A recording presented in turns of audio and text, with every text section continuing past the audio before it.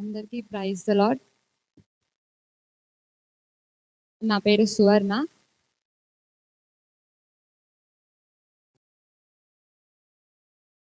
ఈ సాక్ష్యము కేవలం దేవుడికి మహిమ రావాలని నిమిత్తం నేను పంచుకుంటున్నాను.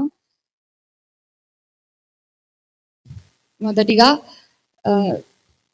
నేను నా 9th and 10th క్లాస్లో నేనున్నప్పుడు నేను హెబ్రోన్ యూత్ క్యాంప్కి వెళ్తూ వచ్చాను.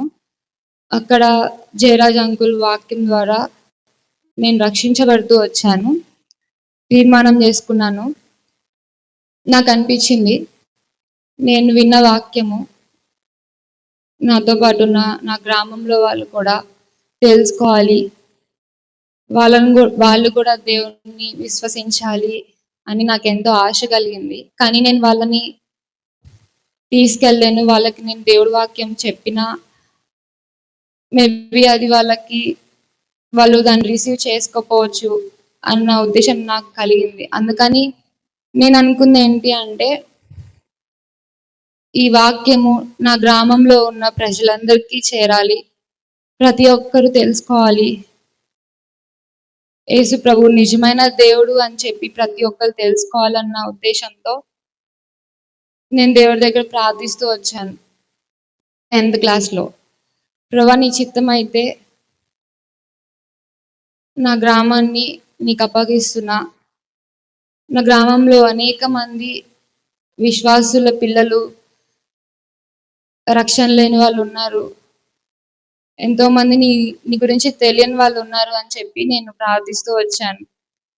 అప్పుడు దేవుడు నాకు ఇచ్చిన ఆలోచన, ఎవరి ద్వారా నేను రక్షించబడుతూ వచ్చాను అలాంటి వాళ్ళనే నా గ్రామంలోకి పిలిపించి మీటింగ్స్ పెట్టించాలి, అట్లా వాళ్ళు దేవుడి గురించి తెలుసుకుంటారు అని చెప్పి నేను అనుకుంటూ వచ్చాను. అప్పటి నుంచి నేను దేవుడి దగ్గర ప్రార్థన చేస్తూ వస్తున్నా. ఇలా మీటింగ్స్ పెట్టించాలి అంటే అది చాలా ఖర్చుతో కూడిన పని, కాబట్టి ఇది నా తల్లిదండ్రుల మీద నేను డిపెండ్ అవ్వలేను. అందుకని చెప్పి నేను ప్రార్థించినప్పుడు దేవుడు నాతో మాట్లాడుతూ వచ్చినాడు. ఇది నా అంతటా నేను చేస్తేనే దేవుడికి మహిమ వస్తుంది అని చెప్పి నేను అనుకుంటూ వచ్చాను. అదే రీతిగా ఇలా చెయ్యాలి అంటే నాకు జాబ్ కావాలి. ఇది నా మొత్తం 10th క్లాస్లో నేను అనుకుంది. 5 years, ఇప్పటికి 6-7 years అయింది. అప్పటి నుంచి నేను ప్రార్థిస్తున్నప్పుడు నేను బీటెక్ ఫైనల్ ఇయర్లో ఉన్నాను. బీటెక్ ఫైనల్ ఇయర్లో ప్లేస్మెంట్స్ వస్తూ ఉండే. దేవుడిని నేను అడుగుతూ వచ్చాను, ప్రభువా నీకు మహిమ రావాలి, నా గ్రామంలో అనేక ఆత్మలు రక్షించబడాలి, నువ్వు నన్ను ఈ గ్రామంలో ఉంచావంటే నా పట్ల నీకు ఏదో ఒక ఉద్దేశం ఉంటుంది, కాబట్టి మీరే సహాయం చేయండి అని చెప్పి నేను ప్రార్థిస్తూ వచ్చాను. అయితే బీటెక్ ఫైనల్ ఇయర్లో నేను ఉంటూ వచ్చినప్పుడు ప్లేస్మెంట్ డ్రైవ్స్లో చాలా కంపెనీస్ వచ్చాయి, కానీ మా బ్యాచ్కి చాలా జాబ్స్ తక్కువ ఉన్నాయి. కానీ నేను దేవుడిని విశ్వాసం ఉంచాను. దేవుడు నాకు చాలా కంపెనీస్లో ఆపర్చునిటీస్ ఇచ్చారు. కానీ ఫైనల్గా విప్రో, మీ అందరికి కొంతమందికి తెలుసు, ఆ కంపెనీ మా కాలేజ్కి వచ్చింది. నేను అప్పుడు దేవుడి దగ్గర అడుగుతూ వచ్చాను, ప్రభా ఇది చాలా పెద్ద కంపెనీ కదా, దీంట్లో నాకు ప్లేస్మెంట్ ఇవ్వవా అని చెప్పి నేను దేవుడి దగ్గర ప్రార్థించి 3 రోజులు ఫాస్టింగ్ ఉన్నాను. దేవుడు నాకు ఎంతగానో సహాయం చేశాడు. ఫస్ట్ రౌండ్ నేను క్లియర్ చేసుకున్నాను. సెకండ్ రౌండ్కి వచ్చేసరికి వాళ్ళు గ్రూప్ డిస్కషన్ లాగా కండక్ట్ చేశారు. దాంట్లో వాళ్ళు అడిగిన క్వశ్చన్ ఏంటంటే, ఎవరో ఒక గ్రేట్ పర్సన్ గురించి చెప్పండి, ఏదో ఒక టాపిక్ తీసుకొని చెప్పండి అని చెప్పారు. అప్పుడు నేనేం చేశానంటే మా విలేజ్ గురించి చెప్దాం అనుకున్నా. ఈలోగా ఇంకొకళ్ళు సేమ్ అదే టాపిక్ చెప్తూ వచ్చారు. సరే, నాకు అర్థం కాలేదు, ఏదైతే అదైంది, వస్తే వచ్చింది, పోతే పోయింది అని చెప్పి నా దేవుని గురించి నేను చెప్పడం మొదలుపెట్టాను. ద గ్రేట్ పర్సన్ గురించి చెప్పమన్నారు కదా, నేను దేవుడి గురించి చెప్తానని చెప్పి నేను అక్కడ ఇంటర్వ్యూయర్ ముందు దేవుడి గురించి చెప్తా వచ్చాను. Jesus Christ is the great person అని చెప్పి నేను మాట్లాడుతూ వచ్చాను. అది ఆయనకి నచ్చలేదు. సో ఆ సెకండ్ ఇంటర్వ్యూలో నన్ను రిజెక్ట్ చేశారు. సో నేను ఏంటంటే వెళ్ళిపోదామని డిసైడ్ అయ్యాను. బట్ నా ఫ్రెండ్ ఏంటంటే ఆ సెకండ్ ఇంటర్వ్యూలో సెలెక్ట్ అయింది. నేను తన కోసం వెయిట్ చేస్తున్నాను. ఈవినింగ్ అయిపోయింది. అయితే డ్రైవ్స్ కండక్ట్ చేసే సార్ నా దగ్గరికి వచ్చి, నువ్వు కమ్యూనికేషన్ మంచిగా పెర్ఫామ్ చేస్తే నేను నీకు ఆపర్చునిటీ ఇస్తాను అని చెప్పి సార్ అంటూ వచ్చారు. సరే అని చెప్పి ఓకే చెప్పాను. నేను అసలు ఊహించలేదు ఆయన వస్తారు, అడుగుతారు అని చెప్పి నేను అసలు ఊహించలేదు. కానీ ఆ సమయంలో నేను అక్కడ కూర్చొని ఆలోచించింది ఏంటంటే, దేవా నీ ఇష్టం, నువ్వు నాకు భూమి మీద ఇచ్చిన పని అనేక ఆత్మలు రక్షించాలని, నీ నామానికి మహిమ తీసుకురావాలని చెప్పి. సో అదే విధంగా నేను వాళ్ళ ముందు నీ గురించి చెప్తూ వచ్చాను. నాకు ఆ సమయంలో ఒక వాక్యం వచ్చింది, నన్ను గణపరచువారని నేను గణపరుస్తానని దేవుడు మాట్లాడుతూ వచ్చాడు. అదే రీతిగా నేను ఆయన గణపరచాను కాబట్టి ఆయన నన్ను గణపరచాలని చెప్పి రిజెక్ట్ చేసిన వాళ్ళే వచ్చి మళ్ళీ నన్ను సెకండ్ ఇంటర్వ్యూకి, థర్డ్ ఇంటర్వ్యూకి మళ్ళీ ప్రమోట్ చేస్తూ వచ్చారు. సక్సెస్ఫుల్గా ఫైనల్ ఇంటర్వ్యూలో దేవుడు నాకు ఒక ప్లేస్మెంట్ ఇచ్చారు. టోటల్గా సెకండ్ ఇంటర్వ్యూకి 72 మెంబర్స్, 72 మంది సెలెక్ట్ అయితే వచ్చారు. కానీ ఫైనల్ చివరి రౌండ్లోకి వచ్చేసరికి 50 మందిని మాత్రమే వాళ్ళు సెలెక్ట్ చేసుకుంటూ వచ్చారు. ఆ 50 మందిలో దేవుడు నా పేరు ఉంచుతూ వచ్చాడు. అలా కొంతకాలం అయిపోతూ వచ్చింది. నా బీటెక్ ఎండ్ అయిపోయింది, కంప్లీట్ అయిపోయింది. బీటెక్ అయిపోయే దినాల్లో లాస్ట్ ప్రాజెక్ట్లో ఉన్నప్పుడు నేను నా ఫ్రెండ్ పుట్టినరోజుకి వెళ్తూ వస్తున్నప్పుడు పిడుగురాళ్ళలో నాకు చిన్న యాక్సిడెంట్ అయింది. అప్పుడు నేను పొద్దున్నే లెగిచి నేను నా ఫ్రెండ్స్ స్కూటీ మీద వస్తున్నాం. అది 1 వే. అయితే నేను పొద్దున్నే లేచి యాక్చువల్గా ప్రార్థన చేసుకొని వాక్యం చదువుకొని నేను నా దినాన్ని ఆరంభించాలనుకుంటు, లేదంటే ఆ డే అంతా నాకు ఎదలా అనిపిస్తుంది అనమాట. అందుకని చెప్పి నేను చేసుకుందాం అనుకున్నా. కానీ ఆ సమయంలో నేను కొంచెం ఆత్మీయంగా చల్లారిపోతూ వచ్చాను. నేను దేవుడి వైపు చూడలేకపోయాను ఆ సమయంలో. కానీ దేవుడు నన్ను ఈ రోజు ఇక్కడ నిలబెట్టాడంటే అది నేనైతే దేనికి పనికిరాని దాన్ని, కానీ దేవుడు నన్ను ఎంతగానో ఆశీర్వదిస్తూ వచ్చాడు, బ్లెస్ చేస్తూ వచ్చాడు. ఆ యాక్సిడెంట్లో నేను చనిపోవాల్సిన దాన్ని, నా ఎదురుగా లారీ ఉంది, ఆ ఎదురుగా వచ్చిన ఆటో నన్ను ఇక స్కూటీని ఎర్లీ మార్నింగ్ 6 గంటలకి స్కూటీ నన్ను మేము వెళ్తున్నప్పుడు అది వచ్చి మమ్మల్ని ఢీకొనింది. ఒకవేళ మేము లారీ ముందు కనుక ఉన్నట్లయితే మేము లారీ కింద పడి స్పాట్ డెడ్ అయిపోయే వాళ్ళం. కానీ దేవుడు ఎంతగానో సహాయం చేస్తూ వచ్చాడు. మాకు యాక్సిడెంట్ అయినప్పుడు నా రైట్ లెగ్, నా కుడి కాలు ఫీమర్ బోన్ ఇరిగిపోయింది. నేను అప్పుడు బైక్ మీద నుంచి నేను పడిపోయినప్పుడు నాకు ఒకటే అనిపించింది, నేను ఎవరన్నా పడిపోయినప్పుడు అమ్మ అనో ఎవరిదో ఒక అరుస్తారు, కానీ నేనైతే ఆ రోడ్ మీద పడిపోయినప్పుడు ఆ బాధ తట్టుకోలేక, ఏసయ్యా నన్ను క్షమించు, ఒకవేళ నీకు విరోధంగా నేను ఏమన్నా చేస్తే, ఇది ఎందుకు నువ్వు ఇది అనుమతించావో నాకు తెలీదు, కానీ ఇది నీ మహిమ కొరకే అని నేను అనుకుంటున్నా అని చెప్పి నేను దేవుడితో అదే క్షణం నేను మాట్లాడుతూ వచ్చాను. దేవుడు ఎంతో సహాయం చేశాడు. అక్కడ ఉన్న వాళ్ళు అనుకున్నారు ఈ అమ్మాయి కాలు ఇరిగిపోయిందని చెప్పి అట్లా మాట్లాడుతూ వచ్చాను. నాకు చాలా భయం వేసింది. నేను ఇంకా నడవలేనేమో, దేవుడి పని చేయలేనేమో, నేను అట్లా అనుకున్నాను కదా, ఎందుకు ఇట్లా అయింది అని చెప్పి ఎన్నో ఆలోచనలు నాకు వస్తూ వచ్చాయి. నేను ఒక 3 నెలలు బెడ్ రెస్ట్లో ఉన్నాను, ఇంటి దగ్గరే ఉన్నాను. నా బీటెక్ కంప్లీట్ అయిపోయింది. విప్రోలో జాబ్ వచ్చింది, కొన్ని కంపెనీస్లో జాబ్ వచ్చింది, కానీ నాకు ఇంకా కాల్ లెటర్, ఆఫర్ లెటర్స్ రాలేదు. నేను దేవుడి దగ్గర ప్రార్థిస్తున్నాను, ప్రభా ఏంటి ప్రభా, ఏం చేయాలి, జాబ్ లేదు. నేనేమో ఇట్లా అనుకున్నాను, ఆత్మల విషయమే దేవుడు నాకు ఎంతో భారం ఇస్తూ వచ్చాడు. అనేక మందిని దేవుడి వైపు నడిపించాలి, దేవుడికి మహిమ తీసుకురావాలి అని చెప్పి అనుకుంటూ వచ్చాను. కానీ పరిస్థితులు చూస్తే చాలా ఘోరంగా ఉన్నాయి. నేను నిలబడలేని పరిస్థితి, ఎంతో బలహీనం అయిపోతూ వచ్చాను. కానీ ఆ సమయంలో దేవుడు నాకు ఎంతో సహాయం చేశాడు.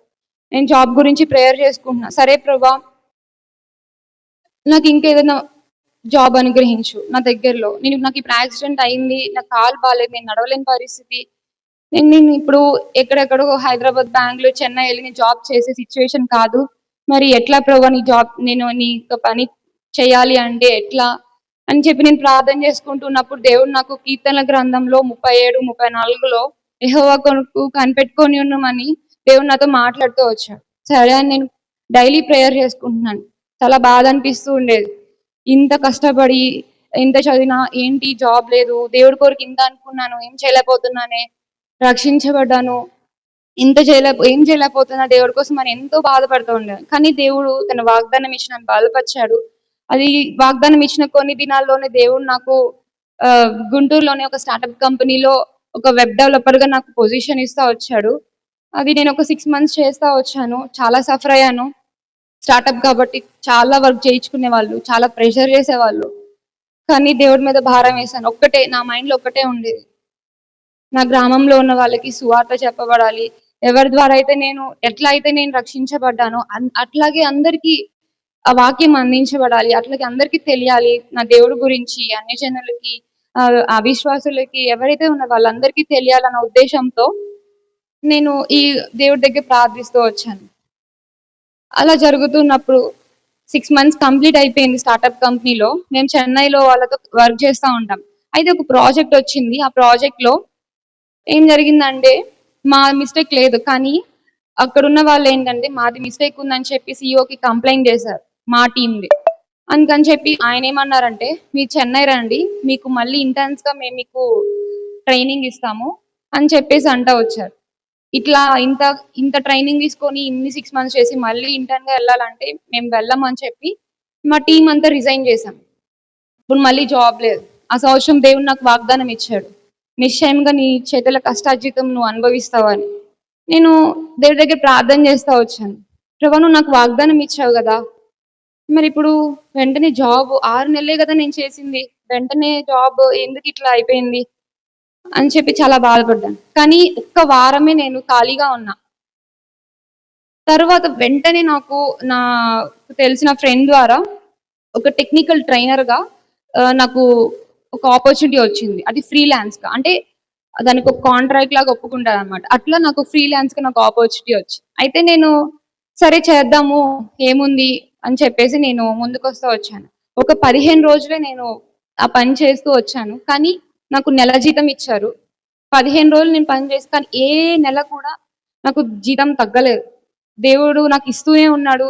నేను అడిగినప్పుడల్లా దేవుడు నన్ను బలపరుస్తున్నాడు. అలా అయిపోయింది. ఫ్రీలాన్స్ ప్రాజెక్ట్ కంప్లీట్ అయిపోతుంది అన్న సమయంలో నేను మళ్ళా ప్రార్థిస్తున్నా. ప్రభా ఈ ప్రాజెక్ట్ అయిపోతుంది. మళ్ళీ నాకు జాబ్ ఉండదు. ఏంటి? అని చెప్పి నేను ప్రార్థన చేసుకుంటున్నప్పుడు నా ఫ్రెండ్‌కి ఎవరో హైదరాబాద్‌లో వేరే ఒక కంపెనీలో వాళ్ళు రిఫరెన్స్ ఇప్పిస్తా అన్నారని చెప్పి తనకి చెప్పారు యాక్చువల్‌గా. తనేందంటే "నువ్వు కూడా వస్తావా?" అని చెప్పి అడిగింది. సరే వస్తా అని చెప్పేసని ఒక పక్క ఇది చేస్తూనే ఈ ప్రాజెక్ట్ అయిపోవస్తున్న టైంలో నేను తనతో పాటు హైదరాబాద్ ఎళ్ళాను. మార్నింగ్ ఎళ్ళాను. 4 ఇంటర్వ్యూస్ అయిపోయినాయి. అన్ని రౌండ్స్ దేవుడు కంప్లీట్ చేయడానికి ఎంతో సహాయం చేశాడు. నేనసలు అనుకోలేదు నాకొస్తదని. ఎవరైతే నా ఫ్రెండ్‌కి రిఫరెన్స్ ఇప్పిస్తా అన్నారో తను సెలెక్ట్ అవ్వలేదు. కానీ దేవుడినే సంవత్సరం ఏప్రిల్ 14వ తారీఖు హైదరాబాద్ జాబ్‌లో నేను జాయిన్ అయ్యా. అదే తిరిగొచ్చే సంవత్సరం దేవుడు ఏదైతే నేను అనుకున్నానో ఈ దినాన ఈ యొక్క మీటింగ్స్ విషయంలో ఎంతగానో సహాయపడతా వచ్చారు. దేవుడు ఈరోజు నేను ఇక్కడ నుంచొని ప్రాణాలతో నిలబడి ఇంతగా నేను ఇట్లా ఉన్నాను అంటే అది కేవలం దేవుడు నాకు చేసిన మేలు మాత్రమే. ఒక విధంగా చెప్పాలంటే I'm not at all worthy. But దేవుడు నాకు ఎంతో సహాయం చేస్తా వచ్చాడు. ఇచ్చిన వాగ్దానం నెరవేరుస్తా వచ్చాడు. ఈ మీటింగ్స్ విషయంలో కూడా దేవుడు ప్రభా ఈ మీటింగ్స్ ఈ సంవత్సరంలో నీకు ఇష్టమైతే నువ్వు వాగ్దానం ద్వారా మాట్లాడు ప్రభా నేను ప్రార్థన చేసుకున్నప్పుడు యెహెజ్కేలు 29:21లో దేవుడు నాతో మాట్లాడుతూ వచ్చారు. వారిలో మాట్లాడటానికి నేను నీకు ధైర్యం కలుగజేస్తాను అని చెప్పి. సరే నాకు అనిపించింది ఇదెందుకో కొంచెం దేవుడి చిత్తంగా ఉంది అని చెప్పి. అయితే నేను మా అంకుల్ దగ్గరకొచ్చి రూబెన్ అంకుల్ దగ్గరికి అంకుల్ నాకు ఇట్లా వాగ్దానం వచ్చిందని నేను చెప్తూ వచ్చినప్పుడు అంకుల్ అన్నారు, మీటింగ్స్ కొరకు సెపరేట్‌గా ప్రామిస్ కార్డ్ వాగ్దానం తీసుకో అని చెప్పేసి అన్నారు. సరే అని ప్రార్థన చేసుకున్నాం. ఒక 3, 4 అందరూ ప్రార్థన చేశారు. అంకుల్ వాళ్ళు, మా పేరెంట్స్ అందరూ ప్రార్థన చేశారు. దేవుడు మాట్లాడుతూ వచ్చాడు. యోహాను 16:33లో ధైర్యం వహించుడి నేను లోకాన్ని జయించి ఉన్నానని దేవుడు వాగ్దానం ఇచ్చాడు. ఇంకా ఇది దేవుడి చిత్తం అని చెప్పి ముందుకొస్తూ వచ్చాను. ఇది కేవలం దేవుడికి మహిమ అని మాత్రమే నేను ఎంచుకుంటున్నాను.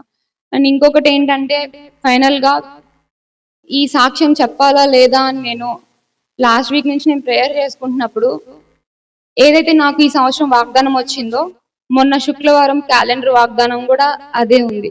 నేను ప్రార్థన చేస్తున్నా, ప్రభా ఇలా చెప్తే నేను సమర్పించుకున్నానని అందరికీ తెలిసి నేనేదో గొప్ప చెప్పుకున్నట్టు ఉంటది కదా ప్రభా, మరి ఏంటి ప్రభా, ఏం చేయమంటావు?